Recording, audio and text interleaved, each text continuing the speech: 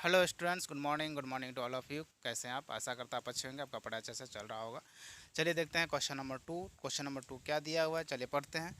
2 women and 5 men can together finish embroidery work in 4 days, while 3 women and 6 men can finish in 3 days. Find the time taken by one woman alone to finish the work and also that taken by one man alone. तो यहाँ पर हम लोग को देखिए questions क्या दिया, पहले क्वेश्चंस को अच्छे तरह से हम लोग समझ ले। पहला है 2 ओमेन, 2 ओमेन प्लस में 5 मैन, ये कितना दिन में कर रहा है? 4 डे में कंप्लीट कर रहा है। दूसरा ही क्वेश्चन दे रहा है 3 ओमेन, 3 ओमेन और साथ में कितना है? 3 ओमेन 6 मैन, 6 मैन और इसको कितना दिन में कंप्लीट कर रहा है? वो 3 डेज में कर रहा है। तो बोल रहा है 1 ओमेन प्लस में 1 मैन कितना दिन में कंप्लीट करेगा। देखिए पूरा का पूरा यहाँ पर ये रहा। तो यहाँ पर मैं समझाना चाह रहा हूँ कि देखिए एक चीज़ होता क्या है कि मान लेते हैं एक आदमी है, वो 5 दिन में 5 काम को कंप्लीट कर देता है। कितना काम को कर रहा है? 5 काम। या फिर 5 दिन में एक काम को कंप्लीट कर देता है। तो एक दिन में कितना काम करेगा, ये चीज़ को समझिएगा। तो मान लेते हैं 5 डेज में, 5 डे में 5 वर्क को कंप्लीट कर रहा है। तो 1 डे में कितना करेगा भाई? तो 1 डे में क्या होता है, ये 1/5 वर्क को वो कंप्लीट करेगा। Total work by one, one क्या हो जाता है डे में, जो 1 डे का कितना काम करेगा, जो टोटल 5/1 काम उसको कंप्लीट कर देगा। कैसे कि मान लेते हैं कि एक दिन में वो कितना काम कर रहा है, वो टोटल वर्क का 1 करेगा, है ना। टोटल वर्क अगर मान लेते हैं 5 डे में कर रहा है, 1 डे में कितना होगा? तो 5/1 हो जाएगा। समझ में आ रहा है आपको? तो यहाँ पर वही किए हैं कि टोटल जो भी वर्क रहेगा, अगर 1 डे का निकालना रहेगा तो टोटल वर्क 1/टोटल वर्क यहाँ पर हो जाता है। ओके, अब यहाँ समझिएगा कि यहाँ पर हमें ये क्या चाहिए, 2 ओमेन है, यहाँ ओमेन का वैल्यू चाहिए, यहाँ मेन का वैल्यू चाहिए, और तब यहाँ मिलेगा हमारा पास 4। आई होप ये समझ में आ गया होगा। तो यहाँ पर देखिए हम लोगों ने लिया है let number of day taken by a woman, X day को हम लोगों ने रखा, एक्स डे को रखा। उसी तरह and the number of day taken by a man, Y day को रखा। अगर इसी को एक दिन में कंप्लीट करना है 1 डे में, तो क्या होगा, एक्स जो है एक्स डे 1/x डे में हो जाएगा। अभी वही बोला कि टोटल डे क्या हो जाएगा, 1 बाई में आ जाता है, 1 डे रहेगा तो। और उसी तरह मेन का भी क्या होगा, 1/y डेज में हो जाएगा। आई होप ये आपको समझ में आ रहा होगा।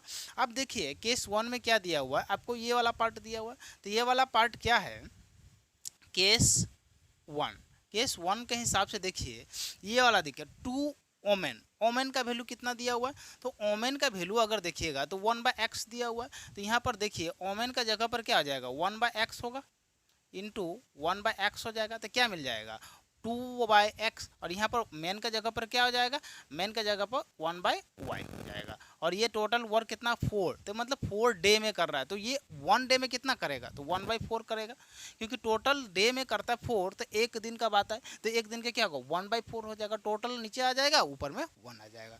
तो पहला का क्वेश्चन क्या मिल रहा है, 2 × 1 2x, 2/x। आई थिंक ये समझ गए। अब प्लस में 5 × 1 5, और नीचे में y, और नीचे इक्वल टू क्या आ जाएगा, 1/4। और ये क्या हो जाएगा, इक्वेशन फर्स्ट हो जाएगा। आई होप ये समझ में आ गया होगा। नेक्स्ट है केस 2। केस 2 में क्या दिया है, सेम चीज़, ये 3 है, 1/x होगा तो ये कितना हो जाएगा, 3x हो जाएगा। और प्लस में कितना हो जाएगा, 6y हो जाएगा। और लास्ट में क्या हो जाएगा, 1/3 हो जाएगा। और ये इक्वेशन सेकंड हो जाएगा। आई होप ये इतना आपको समझ में आ गया होगा। अब इस चीज़ों को देखिए, इस चीज़ को मैं सिंप्लीफाई करना पड़ेगा, लीनियर में लेकर आना पड़ेगा। मैं इसे रफ कर देता हूँ, ठीक है। अब इस वाले पार्ट को इधर लिख देता हूँ, केस 2 को,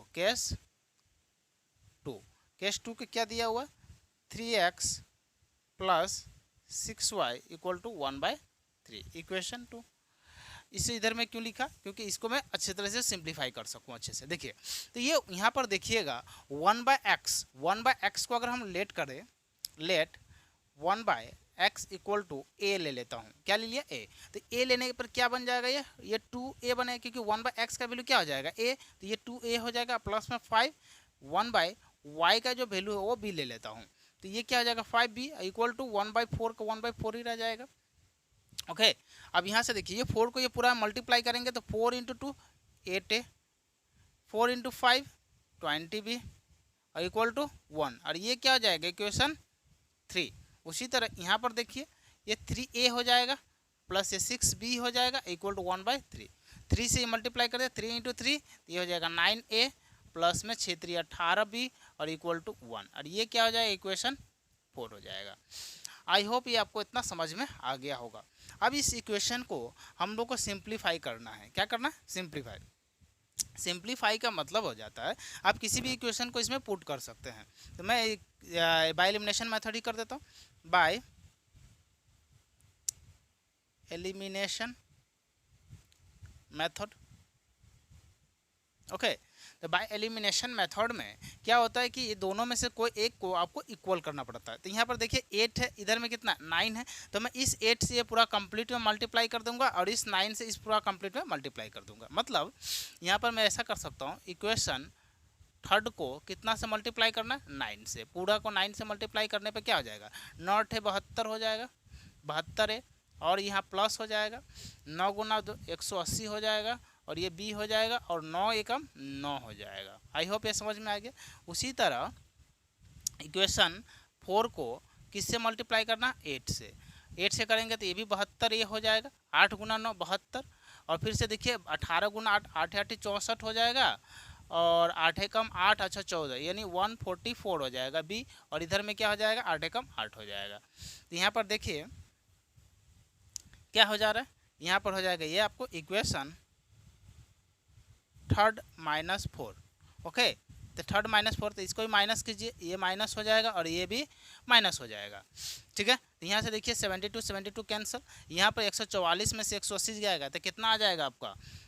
10 में से 4 गया तो ये हो जाएगा 6, और ये बन जाएगा 7 7 में 4 ये हो जाएगा 3b, और इधर में कितना आ जाएगा? 9 में से तो ये 1 आ जाएगा। तो यहाँ पर आ जाएगा b का जो वैल्यू है वो कितना आ गया? 1/36। कितना आ गया?